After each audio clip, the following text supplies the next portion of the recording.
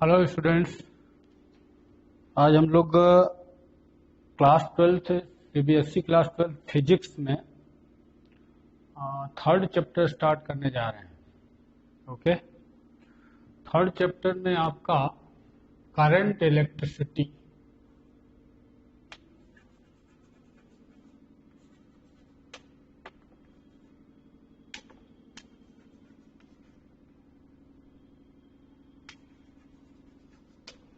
current electricity.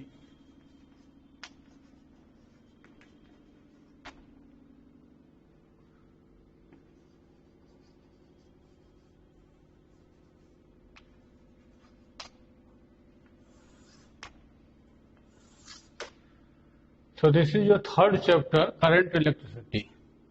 In this chapter, at first, let's begin to topic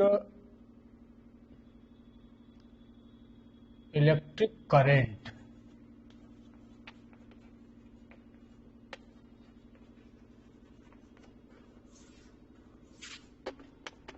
Electric current. Okay. So students, in this topic in electric current, what is mean by electric current? So let us consider you have a conducting length wire. Okay, here plus Q charge and here minus Q charge, equal but opposite charge. इस and पे plus Q charge और इस and पे minus Q charge ऐसे है। और इस conductor को अगर हम इलेक्ट्रिक फील्ड क्रिएट करें, electric field means potential difference, अगर ऐसे क्रिएट कर दें तो इसमें क्या होगा कि ये पॉजिटिव टर्मिनल और ये नेगेटिव टर्मिनल है। और जो इलेक्ट्रिक चार्ज है, आप जानते हो, जो पॉजिटिव एंड होता है ये हाई पोटेंशियल और ये एंड जो होता है वो लो पोटेंशियल है। ठीक है, तो जो मूवमेंट ऑफ चार्ज होता है, जो इलेक्ट्रिक फील्ड क्रिएट होगा from positive to negative charge, ये इलेक्ट्रिक फील्ड क्रिएट होगा।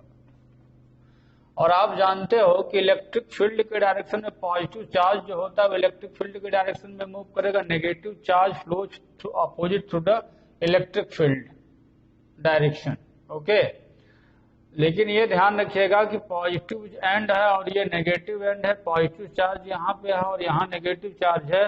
जैसे ही इन दोनों के बीच में आप पोटेंशियल अप्लाई करते हो, पोटेंशियल डिफरेंस अप्लाई होगा। पोटेंशियल डिफरेंस अगर जब तक नहीं होगा तो इसमें कुछ नहीं होगा। अभी आप समझते रहिए, पॉजिटिव चार्ज को यहाँ से मूव कराने के लिए ये पॉजिटिव एंड जो है हाई पोटेंशियल पे और ये लो पोटेंशियल पे है, तो जो पॉजिटिव चार्ज का मूवमेंट होगा वो इस डायरेक्शन में और नेगेटिव चार्ज का डायरेक्शन मूवमेंट इस डायरेक्शन में होगा। समझ में आया? तो अब ये जो चार्ज ऑफ फ्लो है, लेकिन इसके अक्रॉस जो एरिया लिया जाएगा इसके अक्रॉस होना चाहिए, इसके अक्रॉस ये कंडक्शन होगा। तो इधर पॉजिटिव चार्ज और इसके अक्रॉस अगर आप लेते हो तो इधर ये नेगेटिव चार्ज चलेगा। ये नेगेटिव चार्ज का मूवमेंट है, ये पॉजिटिव चार्ज का मूवमेंट है। तो इस तरह से flow of charge through a conducting wire जो होता है उसके क्रॉस सेक्शन एरिया के परपेंडिकुलर होता है। ये इसका क्रॉस सेक्शन एरिया है। इसको हम अगर क्रॉस सेक्शन एरिया माने तो क्रॉस सेक्शन एरिया के परपेंडिकुलर जो फ्लो ऑफ चार्ज होता है, तो इसी फिनोमिना को हम लोग फ्लो ऑफ करंट या इलेक्ट्रिक करंट बोलते हैं। लेकिन this is not the definition of electric current. This is only it means what is it means the electric current. It is only the meaning of electric current, not definition of electric current. Okay? तो यहां पे जो flow of charge बस देखना है कि जो flow of charge होना चाहिए इस किसी भी कंडक्टिंग वायर के परपेंडिकुलर, मतलब कि उसके क्रॉस सेक्शन एरिया के परपेंडिकुलर होगा। आप जैसे सपोज करो कि इस समय मेरे हाथ में डस्टर है, तो इसमें फ्लो ऑफ चार्ज जो होना चाहिए, अगर इस एंड को आप पॉजिटिव चार्ज दे दो और इस एंड को नेगेटिव चार्ज दे दो, ठीक है, तो लेकिन ये चार्ज यहां रहेंगे जरूर, लेकिन फ्लो नहीं करेंगे। फ्लो करने के लिए क्या होगा कि ये एंड और ये एंड हाई पोटेंशियल और लो पोटेंशियल पे होना चाहिए।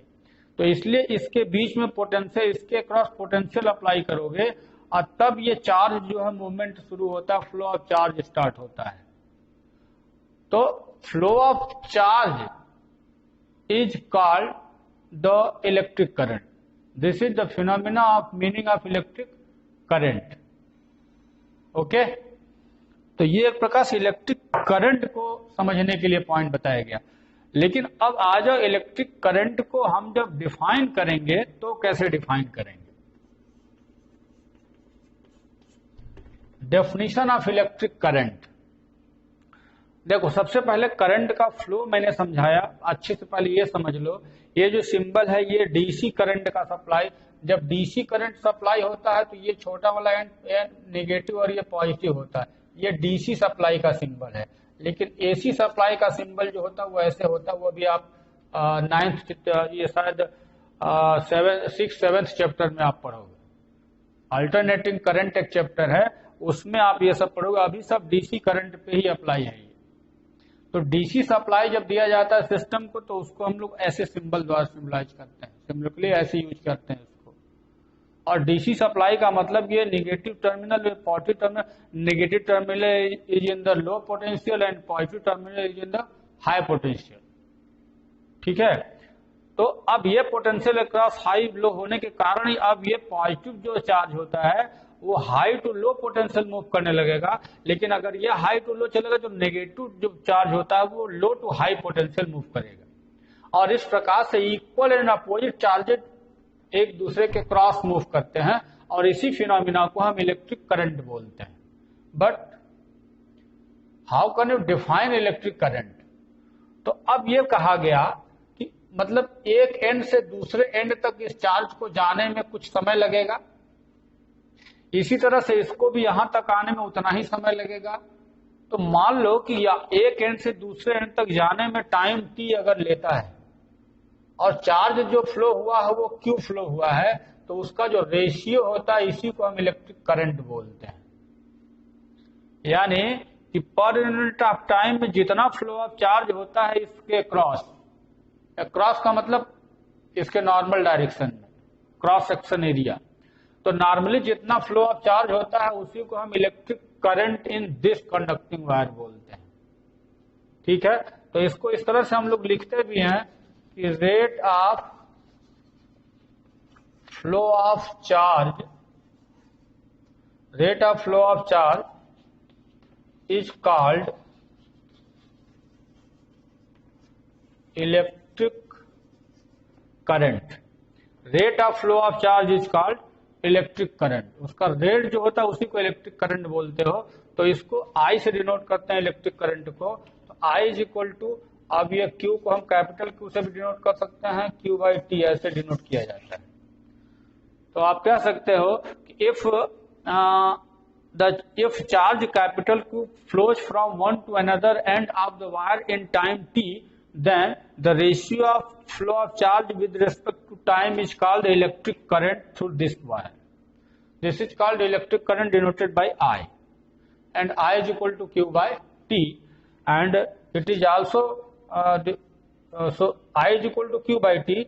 But in the limiting case, ये तो t टाइम इंटरवल में कितना चार्ज फ्लो किया हुआ है इसको आप I बोल रहे हो, लेकिन आप ये चेक करो, इसको हम लोग अगर लिमिटिंग केस में देखेंगे, जैसे बहुत डेल्टा t टाइम इंटरवल में flow of charge delta Q का अगर हुआ, और तब इसी I को डिनोट करने के लिए हम कह सकते हैं एक limit delta t tends to 0 delta Q/डेल्टा t।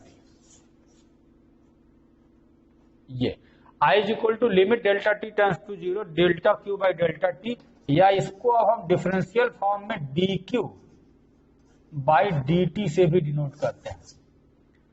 आपको याद होगा डिफरेंशियल अगर पढ़ रहे हैं तो लिमिटिंग पोजीशन इसका delta Q by delta T है, तो इसको हम D Q by D T से डिनोट कर सकते हैं। So I is equal to also you have also a formula D Q by D T, या इसके बाद आप इसको लिख सकते हो इन द लिमिटिंग केस। बस लिखोगे in the limiting case current electric current I is defined by this. तो D Q by D T, इसका मतलब यह हुआ कि जो Q is the function of time, if q is the function of time, then dq by dt define the electric current. If q is the function of time, then current is defined by the differentiation and differential coefficient dq by dt. इससे भी आप define कर सकते हो electric current को। So this is the definition of electric current, यानी कि एक सेकंड में कितना चार्ज एक एंड से दूसरे एंड तक फ्लो किया हुआ है, उसी को आप इलेक्ट्रिक करंट बोलोगे। Electric current defined by the ratio of flow of charge पर unit of time interval from one two another end of conducting wire. तो ये तो अभी इलेक्ट्रिक करंट को थोड़ा सा बेसिक फंडामेंटल आपको समझाया गया, लेकिन कुछ इसके अच्छे नोट्स अब हम लोग देखते हैं।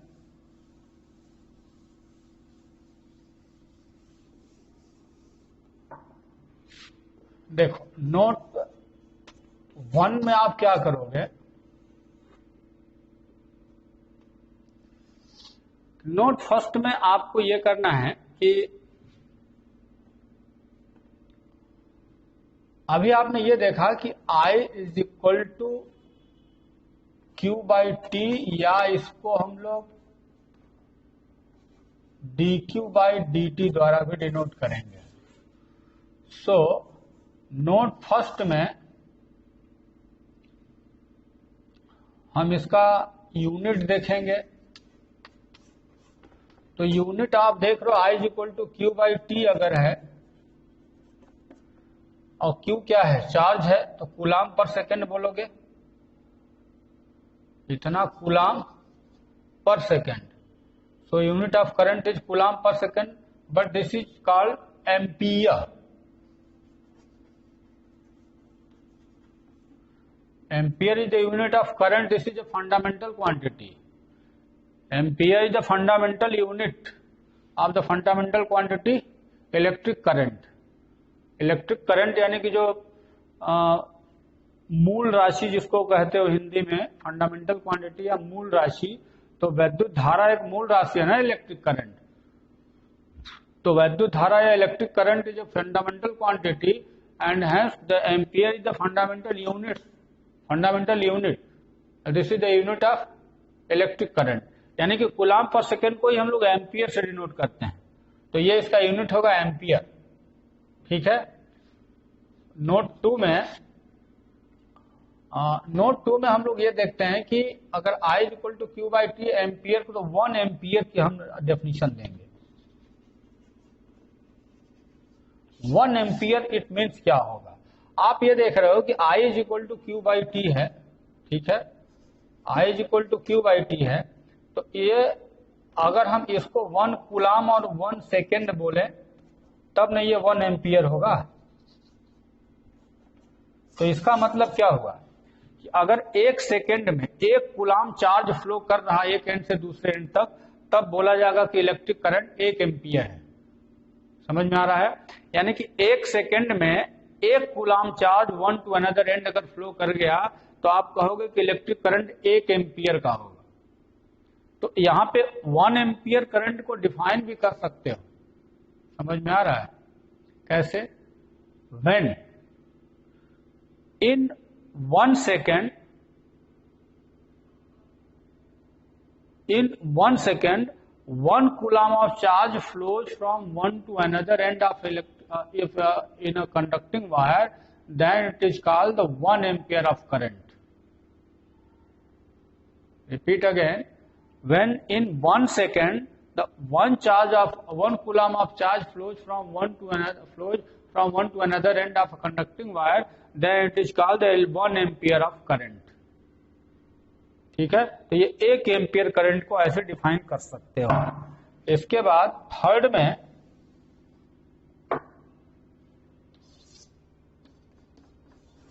नोट थर्ड में देखो, हम ये देख रहे हैं कि 1 एम्पियर करंट में कितना इलेक्ट्रॉन फ्लो करना चाहिए। नंबर ऑफ इलेक्ट्रॉन्स अगर आपको फ्लो कराना है तो 1 एम्पियर में कितना इलेक्ट्रॉन, यानी कि how many electron in 1 ampere, how many electron flows in 1 ampere. अगर 1 एम्पियर में देखा जाए तो कितना इलेक्ट्रॉन फ्लो करेगा, ये चेक करना है। तो कैसे करोगे? चलो अभी हम लोगों ने ये देखा कि I = Q/T था, लेकिन Q =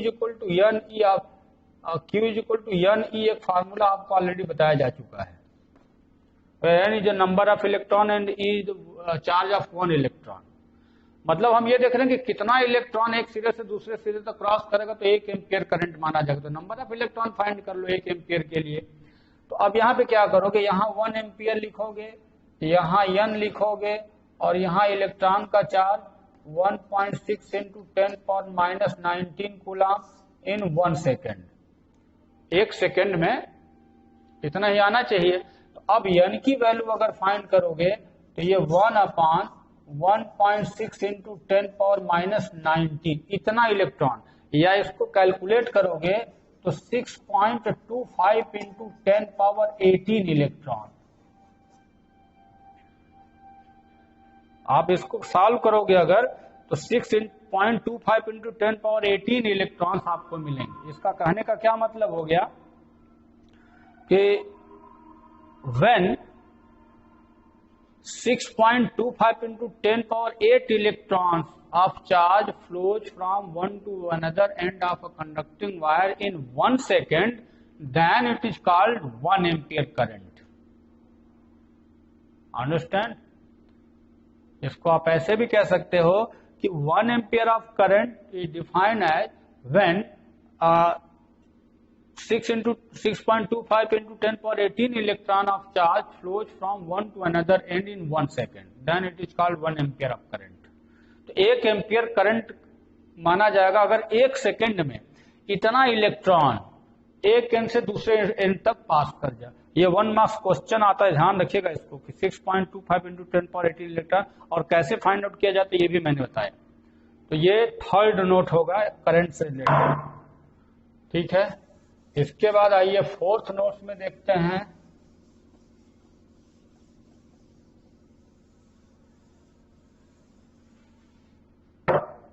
नोट फोर्थ में आप लिख सकते हो कि करंट, इलेक्ट्रिक करंट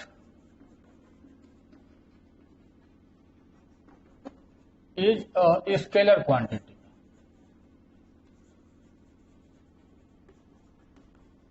ये स्केलर क्वांटिटी है, ध्यान रखिएगा। Electric current is scalar quantity, vector quantity नहीं है। ये एक स्केलर क्वांटिटी है इलेक्ट्रिक करंट, वेक्टर क्वांटिटी नहीं है, ये ध्यान रखेंगे। और इसका थ्योरी कुछ इस तरह से है, जैसे मान लो कि 1 2 3 ऐसे 4, ये मान लो कि यहां से I1 करंट आया, यहां से I2 करंट आया, यहां से I3 करंट आया, तो ये इनकमिंग है तो आउटगोइंग उतना ही करंट होता है। यानी कि अगर ये I है तो I की वैल्यू हमेशा इसको I1 + I2 + I3 से डिनोट होता है। यानी किसी भी पॉइंट पे जो टोटल इनकमिंग करंट है वो आउटगोइंग करंट के इक्वल होगा, यानी किसी भी जंक्शन पे। At any junction in electrical circuit the algebraic sum of current will become 0। Algebraic sum 0 का मतलब आने वाले को पॉजिटिव, जाने वाले को नेगेटिव अगर मान के ऐड करोगे तो आंसर 0 आना चाहिए। या यूं कह सकते हो कि eight any junction of electrical circuit the net incoming current and outgoing current will be equal, ठीक है। तो ये करंट एक स्केलर क्वांटिटी, वेक्टर क्वांटिटी नहीं है।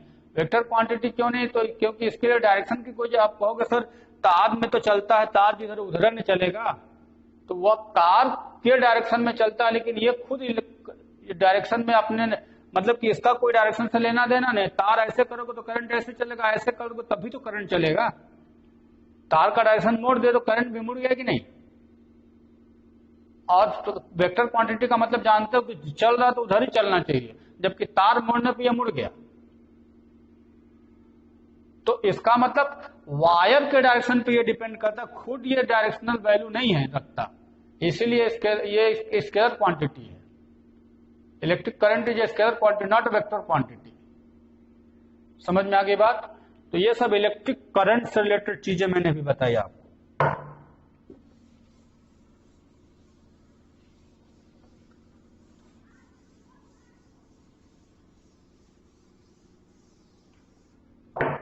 इसके बाद एक नेक्स्ट टॉपिक है करंट डेंसिटी।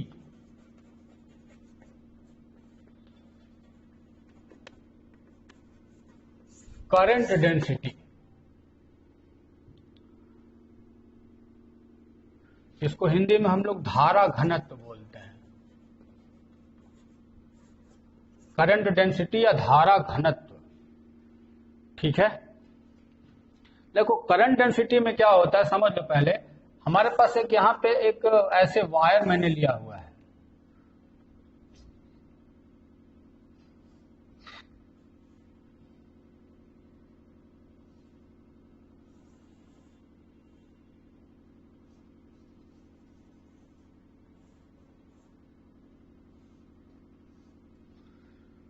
ये मान लीजिए हमने ऐसे वायर लिया हुआ है, एक मतलब क्यूबॉइड टाइप का वायर है।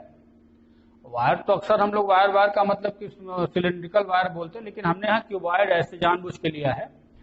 और इसमें आप ये जान लो कि सबसे पहले क्रॉस सेक्शन एरिया क्या होता है, क्योंकि लेंथ अगर ऐसे चल रहा है तो क्रॉस सेक्शन एरिया का मतलब ठीक परपेंडिकुलर डायरेक्शन में कट करोगे तो उसको क्रॉस सेक्शन एरिया बोलते हैं। तो ये इसका क्रॉस सेक्शन एरिया है, ठीक है। और इसमें अगर करंट सपोज करो आई फ्लो करा दिया जाए, इस एंड से दूसरे एंड तक जो करंट है वो आई फ्लो कर रहा है, ठीक है। तो इसके किसी पॉइंट पर क्रॉस सेक्शन एरिया के परपेंडिकुलर डायरेक्शन में किसी पॉइंट पर जो फ्लो ऑफ करंट होता है उसका रेशियो, अगर इसका रेशियो निकालोगे आई बाई ए तो इसको हम लोग करंट डेंसिटी या स्मॉल जे से डिनोट करते हैं। इसको हम लोग स्मॉल जे से डिनोट करते हैं करंट डेंसिटी को। तो current density J is equal to I by A द्वारा दिखाया जाता है। अब इसके डेफिनेशन फिर से चेक कर लो कि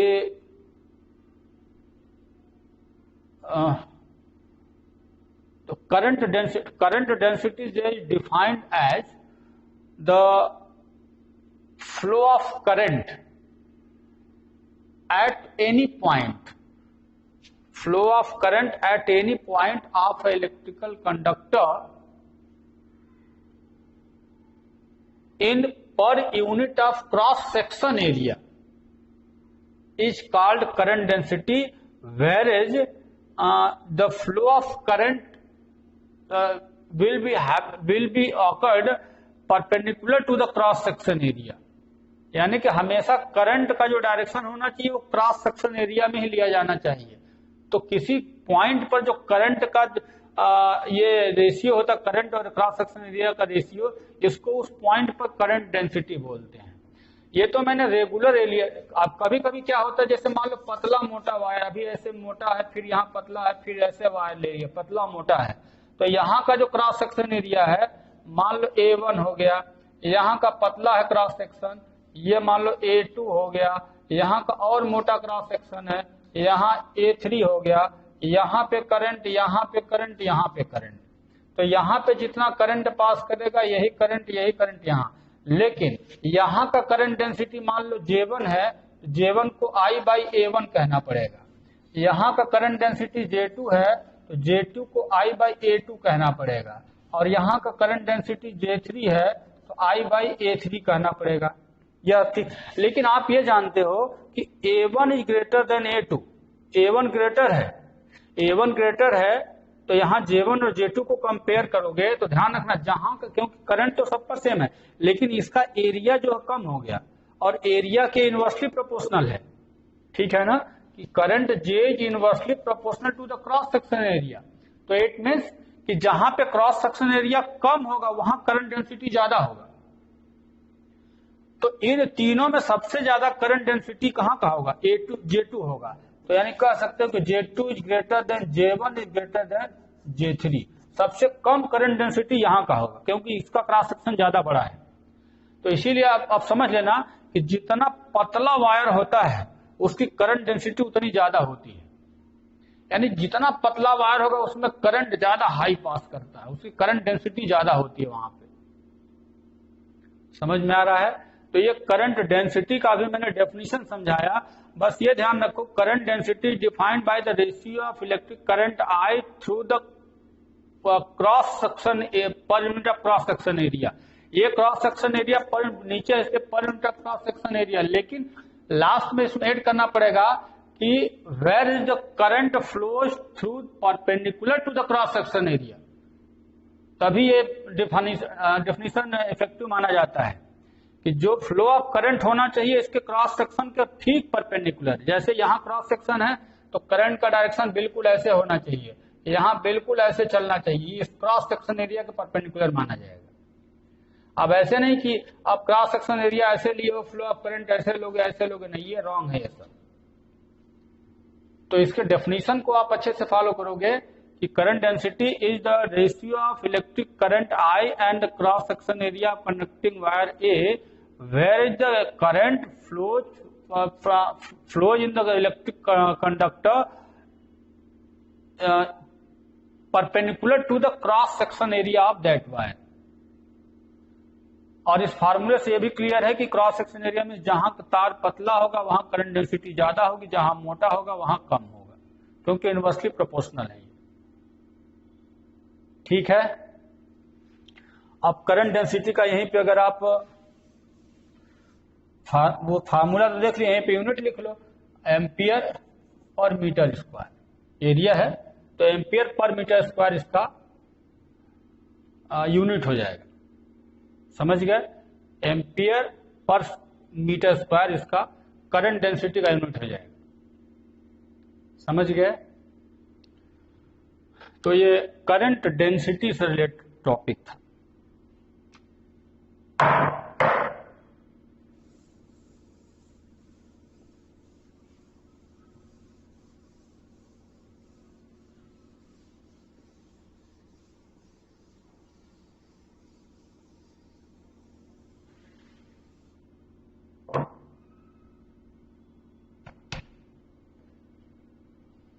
इसके बाद आ जाइए, एक टॉपिक है इसमें mechanism of flow of current in conductor, या इसी को हम लोग बोलते हैं free electron model of flow of current. यानी कि वैद्युत चालन का मुक्त इलेक्ट्रॉन मॉडल इसको बोलते हैं। क्या बोलोगे? वैद्युत चालन का मुक्त इलेक्ट्रॉन मॉडल, हिंदी में इसको कहो वैद्युत चालन का मुक्त इलेक्ट्रॉन मॉडल बोलोगे, वैद्युत चालन का मुक्त इलेक्ट्रॉन मॉडल कहोगे। ठीक है, तो इसको दोस्तों हम लोग नेक्स्ट वीडियो में देखेंगे, क्योंकि टाइम, चलिए ये हेडिंग मैंने डाल दिया, इसको हम लोग नेक्स्ट वीडियो में देखेंगे। ठीक है, क्योंकि इसमें थोड़ा समय लगेगा, वीडियो लंबा हो रहा है, इसलिए मैं इसको शॉर्ट करने जा रहा हूँ। Okay, thank you.